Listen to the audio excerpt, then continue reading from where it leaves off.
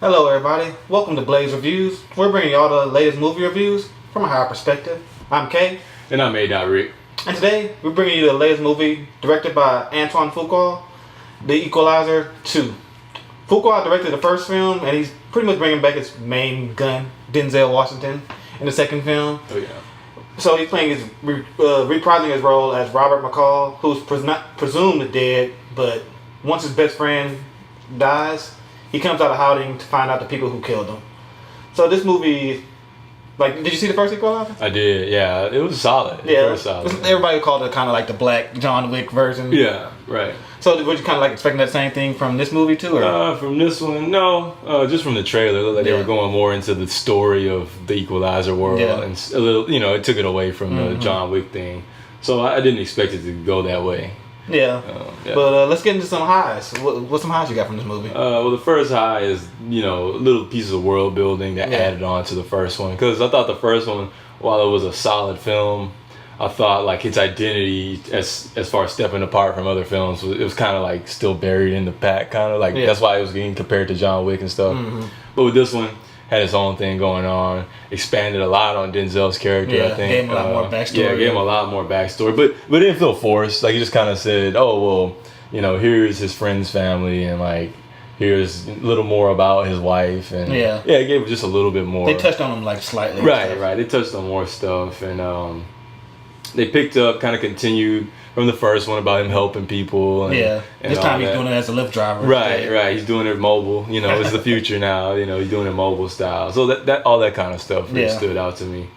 What about you? I mean, biggest high for me, of course, would have to be Denzel. Yeah. Any movie he's in, he shines. Man, he nailed it in this one. Yeah, he really did. He brought some of that like Training Day kind of talking and stuff. Well, this one. I feel like he blended a lot of his past roles. Like the first kind of opening. You see in the trailer as the beard. Like I was like, man, he's running some Malcolm X right there. He was running some Man on Fire. Some Man on Fire, through there, and of course some Training Day. Yeah, trying to teach people everything. Oh yeah, and even a little bit of the movie he did with Ryan Reynolds. I believe it came out in 2012. Yeah, but he was doing a little bit of that. He played a character called Tobin Bell, who was also like a high level. I think I know what the movie you're talking about. He was like a high level. A safe house. Safe house. Where he had to take care of him and stuff. Right. Yeah, he had to kind of like he was the asset in that one, and he kind of like channeled a lot of these different roles, but he forged his own character in Robert McCall for this one. And this one, I think he kicked about just as much ass. No. Yeah, I think it wasn't kind of bunched up like in the first one. It was more spread out, but I think all in all, he kicked about the same amount of ass in this one. Yeah. I think like in the first one they got a little bit more creative with the kills and stuff, but in this one they still had a lot of good action scenes and stuff. Like the car action scene they had in there was man. I've never seen somebody get their ass kicked by bad driving. Denzel's like, I'm so bad, I'm gonna whoop you with bad driving. And you see a little bit of that in the trailer of that scene. And the final fight I thought was pretty stuff. It's funny though, the last fight really reminded me of some of the filmmaking styles of Akira Kurosawa, a Japanese filmmaker. He made one of the greatest films ever. Made a bunch of the greatest films ever, but one of them being Seven Samurai. Yeah. And in a lot of Akira Kurosawa's movies, the elements play a huge factor in the way the story unfolds a little bit. Just how it impacts the characters and the cinematography and everything. Yeah, and that's pretty much the final fight. Yeah, the final fight was just awesome how they set that up. Yeah. I mean, that was just awesome. That was really like... Well, I know Antonie Fuqua did the Western movie with the Magnificent Seven. He did the remake of Magnificent Seven, which is in turn an actual kind of recreation of the Seven Samurai. So it's like, man, he really did his homework, I think, on this movie. That's probably why he put a little bit of it in this movie too. Oh yeah, he definitely did his homework in this movie. And I thought, another high would be like, I thought overall it was just a more polished film than the first one. I thought this one told a better story than the first one did. First one was like more action packed and stuff like that, and this one had like a solid storyline for Denzel's character and stuff. Yeah, it was from the trailer you're thinking this is gonna be like a kind of a balls out action film. Played more like a slow burn though. I thought. Yeah, it was the first half is like really slow. Yeah, it's kind of like an unfolding. Not so much a conspiracy, but just kind of an investigation. With a sprinkle of action here. Right. And a lot of tension, though, that kept everything together, I thought. a lot of suspense where you're like, oh man, like what's about to happen. Yeah, I would compare it in that way to The Foreigner with Jackie Chan and Pierce Brosnan that came out last year. How, you know, to me that movie was also a little more deep than I thought it was going to be. Everybody thought it was going to be. Right, yeah, but this movie Equalizer 2 had some levels to it where you're like, oh, okay, there's a lot of depth, there's some heart into it, But I think at the same time they tried to put a little bit too much heart in there, and that kind of like gets into the downers. Well, no, I want to know what you thought about the side plots. Just, Some of them I thought were good, like the one with the old man who you kind of seen in the trailer. Right. I thought was pretty boring. Yeah, well, that one, I didn't. And then at the end when they tried to play it out, like, oh, what? I forgot. Yeah. He asked me. Yeah, he's like, wait, what was this again? I was like, no, it's actually this. Yeah. Yeah, his, and I think the character thing with him and Miles, played by Ashton Sanders from Moonlight.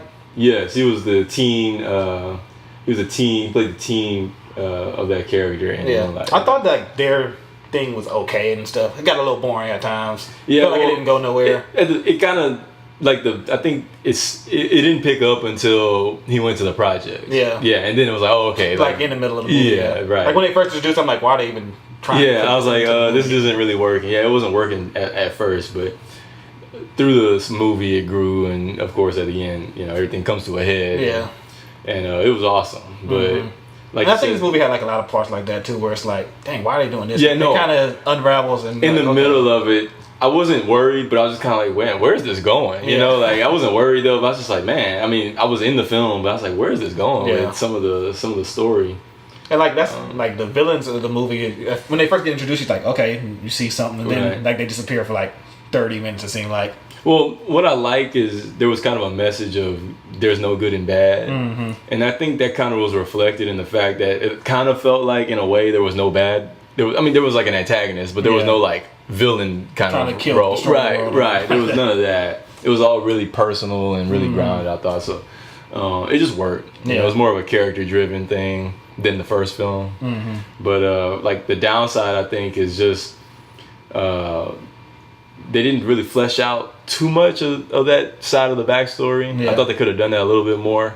They just did it with just the one character, but they didn't do it like the rest of pretty bland and stuff. Yeah, because you didn't care at all. Like, and the villain is just like the same stereotype we always see: the best friend of the army guy or whatever. Yeah, you always know it's coming. If you watch movies, you can see in the trailer. You're gonna know. You're gonna be like, something's not right here. Yeah, it's the same trope in every movie. Maybe one day they'll change it, but I guess not anytime soon. Right.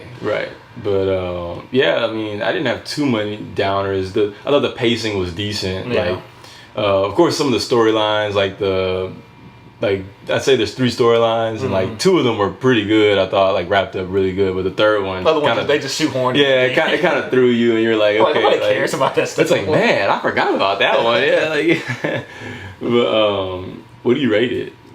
I was debating on maybe like some Reggie at first, but I think I'll give it like a low worth a hit. Yeah, it's a fun action movie. Yeah, it's not like a John Wick where you're gonna get nonstop action, but it's a decent story, decent action.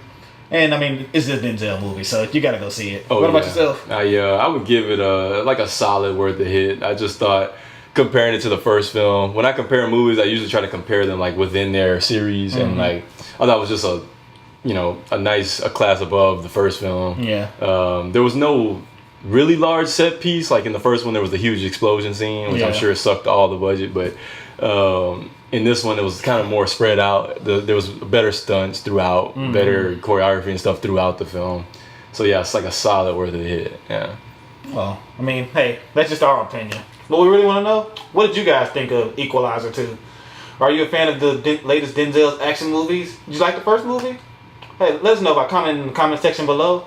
And be sure, if you like what you see here, share, like, and subscribe so you can stay up to date on all our latest movie sessions. I'm Kay. And I'm A. Rick. And always remember, blaze it.